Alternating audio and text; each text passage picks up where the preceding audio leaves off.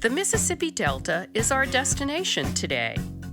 Like me, you can follow a trail straight from Memphis to the place where the blues was born. Keep going, and you'll hit some of the richest farmland on Earth, harvested in this space-age tractor. This is like a giant lawnmower. Here, you reap what you sow and eat what you grow. The farmer's wife and I made a casserole from their own crop. Today we're going to make Delta and Pineland rice. It's a wonderful, very savory rice dish with lots of vegetables in it. And then a Delta favorite, blackened catfish. Oh my goodness. This is like my favorite thing to eat. Junior League cookbooks have been the Bibles for these local home-style recipes, especially the grandmother of them all, Charleston Receipts. Charleston Receipts is the city's beloved best cookbook, and it is a huge bestseller. Every new bride gets this book if she doesn't already have it. Downhome cooking, Southern style, today on Sara's Weeknight Meals. Going down in the Delta. Here in Clarksdale, Mississippi, they'd like to remind you of one thing. This area, close by the Delta, is the birthplace of the blues. You can shake it, you can break it, you can hang it on the wall. But I don't want no cages going on. You can break it, you can hang it on the wall. But I don't want no cages going on, Marcella. Borrow, feed mound, or you let it fall. They say it started on farms like nearby Dockery Plantation, where farmhand Charlie Patton spent his days in the cotton fields and his nights playing guitar, spawning bluesmen and musicians who were the best of the best.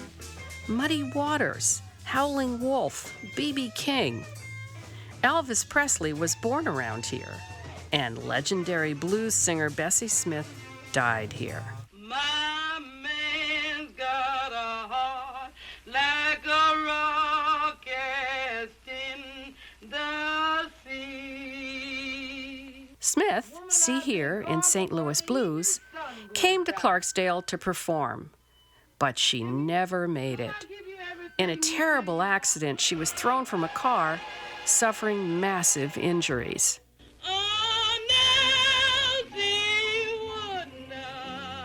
In the Jim Crow South, she was taken here, to what was then called the Colored Hospital. But she was too far gone. No one could save her.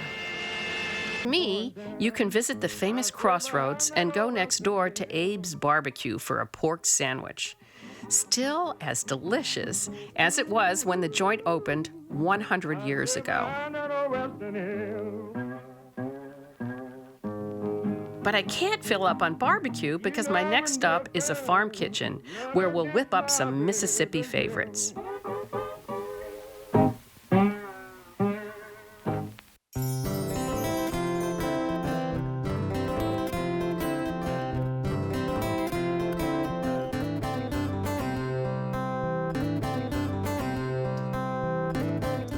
Here I am near the town of Benoit in the Mississippi Delta at the family farm of Bridget Satterfield. And Bridget is the lady of the house. I am. But also a former nurse practitioner. I am. Yeah. I worked as a nurse practitioner for 17 years, and so I am You're officially not retired old and for tough. 1 year. Okay, well, how's it going? Good. It's going great. Well, good. It Really means you have good. time to make a dish with me. What are we making? Today we're going to make Delta and Pineland rice. It's a wonderful, very savory rice dish with lots of vegetables in it. Where do we start? First, we're going to add 6 tablespoons of butter to the pan. But question, why Okay. is it called the Delta doohickey rice? Delta and Pineland rice. It's called that because many, many years ago, there was an agricultural company, and its headquarters was in a little town not too far from us called Scott, Mississippi. This dish was created by the women who worked there, and it was brought to funerals and potluck dinners and church dinners, and they called it Delta Pineland rice. These guys go in there? Yes, so I'm going to get you to add the onions and celery that have been chopped. That's 2 cups of each. And then we also need 2 chopped bell peppers, and I understand you have a trick. I do. So it's the Lazy Cook's version. You stand the bell pepper up straight, and then you just cut 4 slabs off of it, leaving the ribs and the seeds in the middle. And just take off the top and the bottom. We don't want to be wasteful. And then that way you don't have to spend all that time scraping out the seeds. Right. So tell me about farm life. I mean, do you grow rice all year long? No, we don't. We grow rice in the spring and we cut rice in the fall. We have 3 generations of our family working Really? on our farm. Like right on this, right near on this here? farm. And how often do you get together for lunch? About once a week, my mother-in-law tries to do a farm lunch. Oh, how nice. All right, Sarah, I'm going to let you go ahead and add that bell pepper, and we're going to get this sautéed. Okay. So, Sarah, I'm going to get you to spray the casserole dish with cooking spray. All right, so next I'm going to need 2 cups of rice. Is this your rice? It is. Tell me, what's the difference between white rice and brown rice? All rice starts off brown rice, and as it is milled, it becomes white rice, and it's the least allergenic of all of the grains. Wow, that's pretty amazing. Okay, next we're going to add 2 cans of mushrooms. Could you use fresh? You could, but you need the liquid, so I always use canned. Okay. All right. I guess I should have done that two-handed, huh? Oh, I see all the liquid. I'm making sure it gets mixed in. Okay, Very next. much so. Next, you're going to add 2 cans of beef consomme. Sarah. Yeah. Sal. Hey, it's You're my new doing name. great. Yeah, really. I'm trying. All right, Sarah, so now we're going to add the vegetables to the casserole. I love all these vegetables. Lots of butter, too. Julia Child would be so happy. Yeah, She's I want her to be smiling happy, up yes. in heaven. Wonderful. Okay, we're going to give this a little stir. All right, and then we're going to add a teaspoon of salt. Okay. We'll mix, give it another stir. Okay. This would be good for Thanksgiving. Mm-hmm. Yeah. All right, so next thing we're going to do, we're going to cover this with foil. Right. And I've got the oven preheated to 350. And how long does it take? We're going to put it in there for 45 minutes.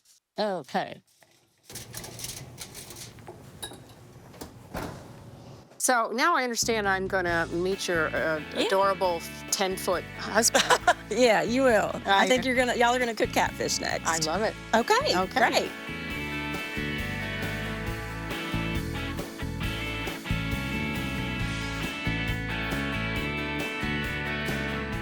Well, here I am with the other half of the team. I don't know if it's the better half, but anyway, Kirk the farmer. And what are we making? Today, Sarah, we are making blackened catfish. Oh, I love blackened catfish. Oh, they are so good. What I would like for you to help me do, if you would, we'll start with our rub and have a 1/4 cup of canola oil to get everything started. Okay.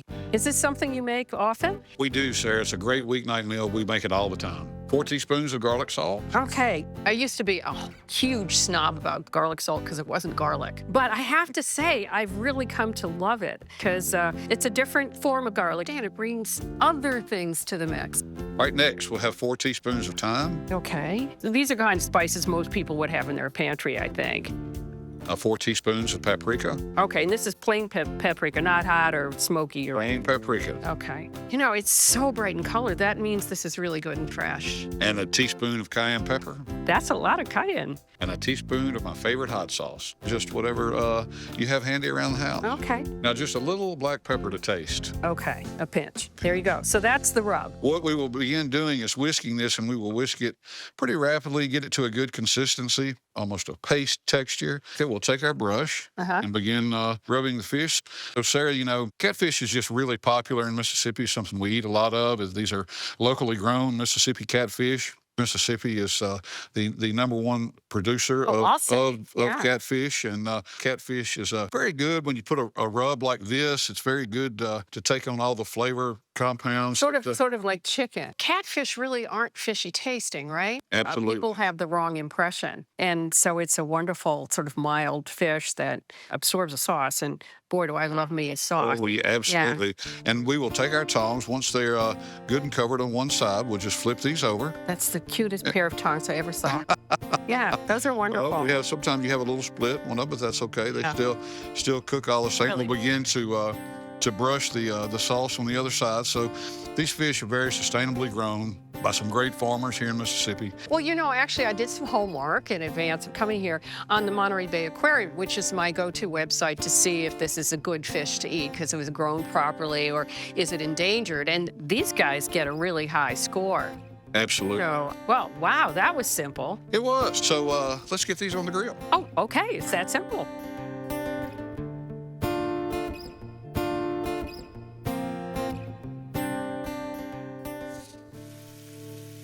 Wow. This is a mighty grill here, but this isn't really a grill. This is a flat top. I cooked on one of those in my, greasy spoon days when I flipped burgers. Great for cooking burgers. Do you want me to do something with this? Yes. Let's take a half of a lemon. Okay. Let's just go ahead and we'll just put a little squirt on each one. Doesn't have Okay. to be a lot. Yes. Oh, I love that. So tell me, why are they called catfish? I know they look sort of like cat. Not just for cosmetic appearance are those whiskers, Sarah. The barbels, as they call them, Barbels? Catfish can't see very well. And they use those barbels sort of for smell and taste. A lot of their senses come through their barbels. Wow.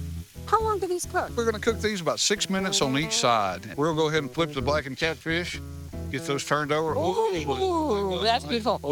Oh, my goodness.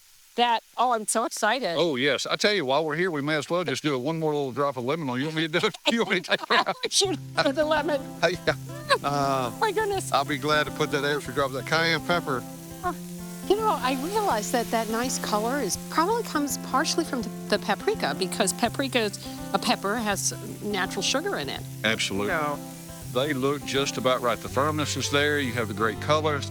These look really good, Sarah. I think they turned out good. so that's it? That is it. So we're going to platter it? We are ready. Okay. We will take the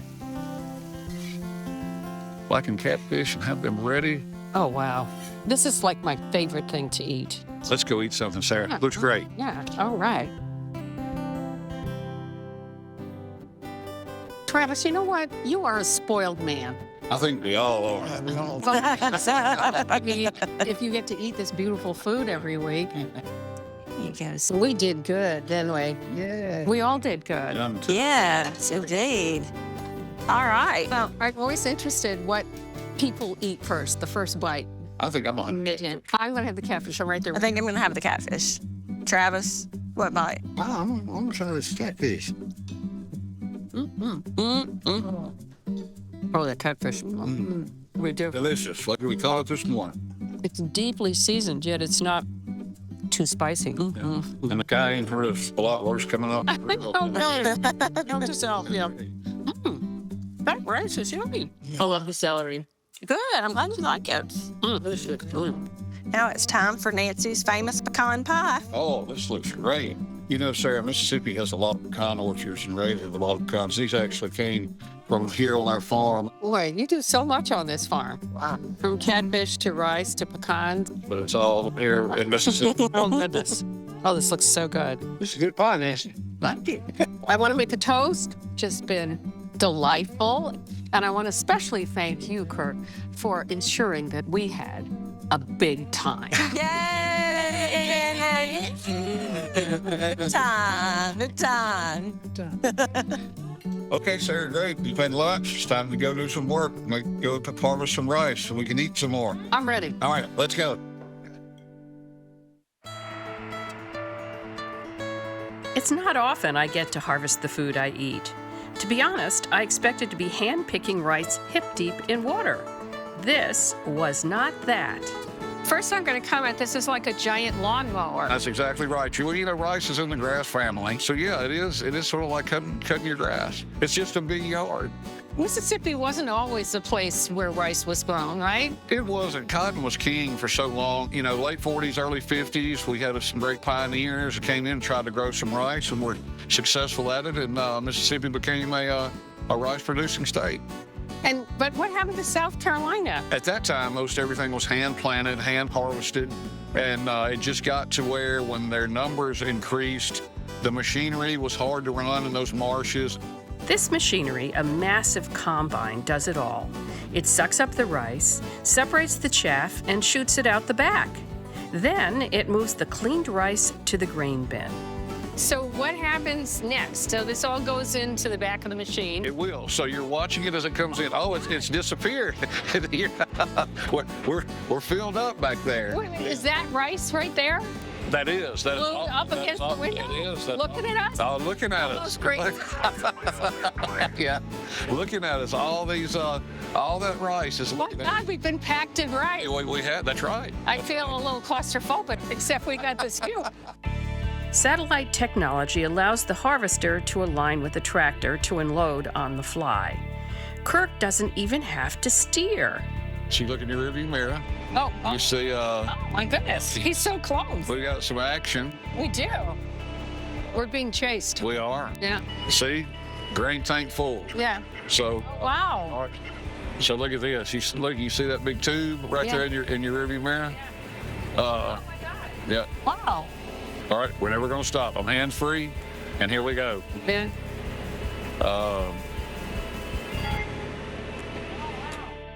The wall of rice behind me disappears as it shoots into the tractor's cart.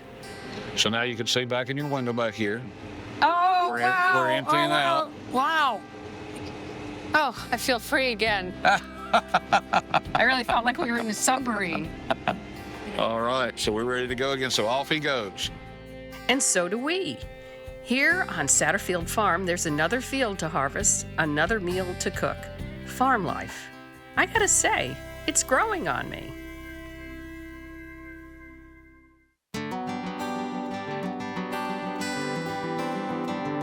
To many of us, Charleston, South Carolina is the soul of the Old South.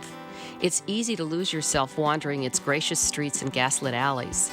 It's a foodie town, too, with great old traditions that started long before hot new restaurants came on the scene. People ate dinner at 2 in the afternoon. I remember doing that. Josephine Humphreys grew up in Charleston and can remember when the whole family came home for the midday meal. And then we didn't go back to school after that, but Daddy would go back to the office. And then would you have dinner? Dinner would be supper. The word dinner applied to the midday meal. And so we didn't ever use the word lunch. That was a Yankee thing, lunch. Josephine is a novelist who writes about Charleston. Charleston Receipts is the city's beloved best cookbook. Wow, and put out by who? The Junior League of Charleston. Okay. And it is a huge bestseller. Every new bride gets this book if she doesn't already have it. I looked through this a little bit, and it is, it's very interesting. There's all this possum and all that kind of stuff. Is this the kind of food that your mom was cooking and you were eating? She did really cook a lot of game, wild game, seafood, because we got it free. Dad caught it. Well, you just go hunt it. You It's go what's in hunting your and you go backyard, fishing. Right. I mean, as a New Yorker, we don't have much possum, that's all. So I don't usually encounter it, what can I say?